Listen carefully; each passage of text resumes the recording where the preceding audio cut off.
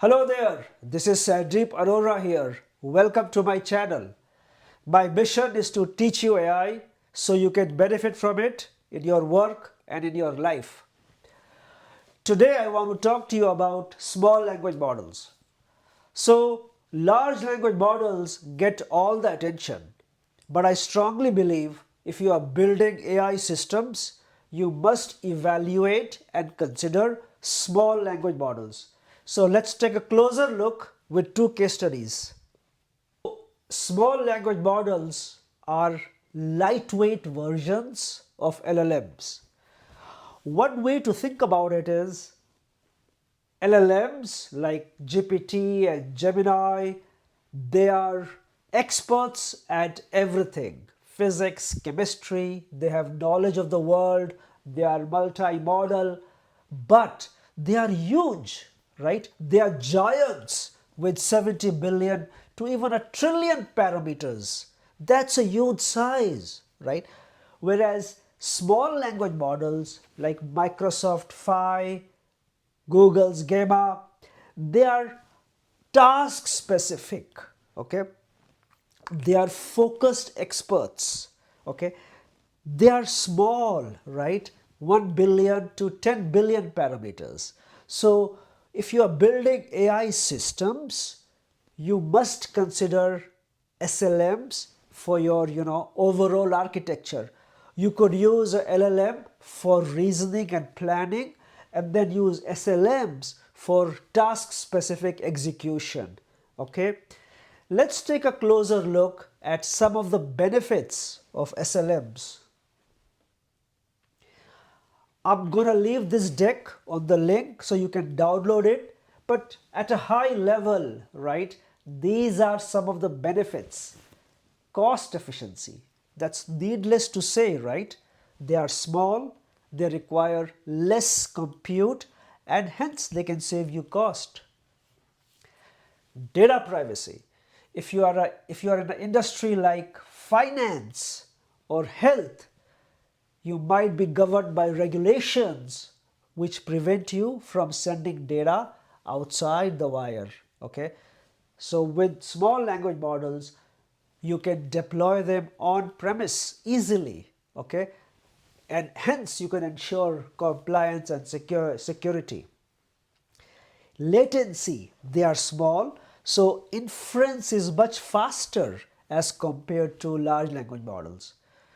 We spoke about deployment, and also I'm going to show you sometimes SLMs are better in terms of accuracy for certain tasks than even large language models, because you can easily train them and they are experts at one thing, so accuracy goes up for that particular task.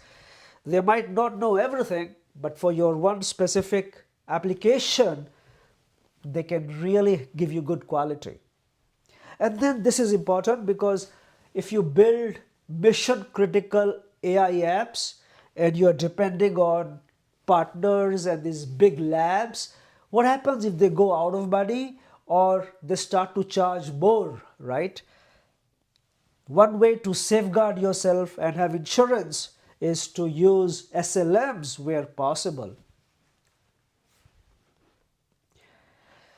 Just yesterday, this article, Wall Street is saying, hey, large language models get all the hype, but small models do the real work. So take a look at this article. Now, there are various SLMs. Some are open source, some are not open source. So take a look at them. Some of them are text-based, some are vision-based. There's a variety of SLMs you can evaluate for your use case. Now, needless to say, there are challenges to consider, right? Because as opposed to calling an API, which is easy, SLMs, you have to maybe fine tune them and then you have to self-host them. So that requires AI expertise. And if your company doesn't have that, that could be a challenge, right? And then scalability, okay? Since SLMs are task specific. If your use case grows, you have to retrain them, right? Or if your functionality grows, you have to consider other models. That's a challenge, right? Versus a SLM where, hey, you can continue using it because it's a general genius. And then ongoing maintenance, right? You need to monitor the model, and there's a total cost of ownership, right? Now let's take a look at two case studies. Okay, so Japan Airlines case study. So cabin attendants are required to report in-flight events for handover for the crew staff and for the next cabin attendants. So any events like, sick passenger, seat not working, delays, any special requirements, they need to create a report for crew staff so that the crew is prepared and for handover. Okay, so earlier it used to take 1 hour to create that report. They built an AI app using Microsoft's Phi small language model. Now it takes only 20 minutes to generate the report, and this AI app, it works offline, okay, because up in the air there is no connectivity. Now they can just scribble something, the AI app asks follow-up questions, and it generates the report. And if there is a need, it can even translate it to a different language. So this is a good example of an AI app, right, which uses a small language model, and it works on device in offline capacity, and it's task specific. And they fine-tuned this model on previous manual reports, and the data set needed was just 100 previous reports. Okay, so you can take a look at these two links for details, but I really thought it's a very good case study. Let's take a look at another one. Okay, now let's take a look at Indeed. So Indeed, the objective was to improve job recommendations. Their current system was recommending low quality jobs. That was resulting in, poor user experience. And keep in mind, Indeed has millions of candidates and millions of jobs, right? So they need high throughput, high quality, low cost. Okay, so these are the three drivers: high quality, low cost, and excellent performance, very fast inference. So I took this from this YouTube video, but let's take a look at how they, improve the quality of their job recommendations. They started with evals, okay, and they started with an excellent data set. Okay, this is very important when you build AI systems. Start with evals. The first thing they did was they did prompt engineering, and they used Mistral and Llama. But the performance was not good. So using prompt engineering and using these two models, they were not able to accurately eliminate the bad jobs, right? Then next step was they switched from Llama or Mistral to GPT-4.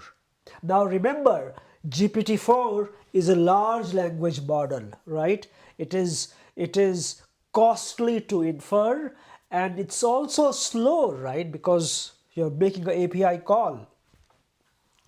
So with GPT-4 and prompt engineering, the quality was good.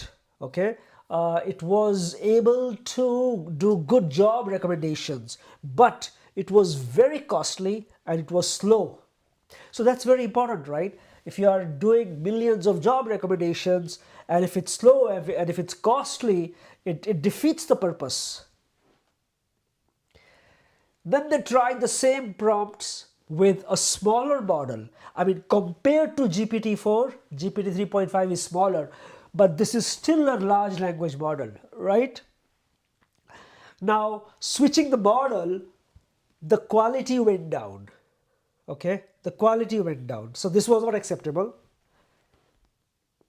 Then they said, okay, prompt engineering is not working. Let's fine tune it, right? So they fine tuned it. Okay, they fine tuned GPT 3.5. Now the quality was fine, but it was still slow. You see what I'm saying? It was still slow. So what they finally did is they took a small language model and using distillation fine-tuning technique, they fine-tuned it, and with this small language model, they were able to achieve the throughput, acceptable latency, and cost reduction, and it was high quality.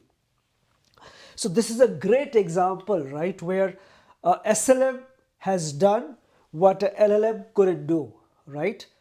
So just to recap, with this small language model, the results were good, the application rate usage went up, and of course, they were able to remove bad job recommendations, and the unsubscribe rate went down. Okay, so hope you enjoyed this.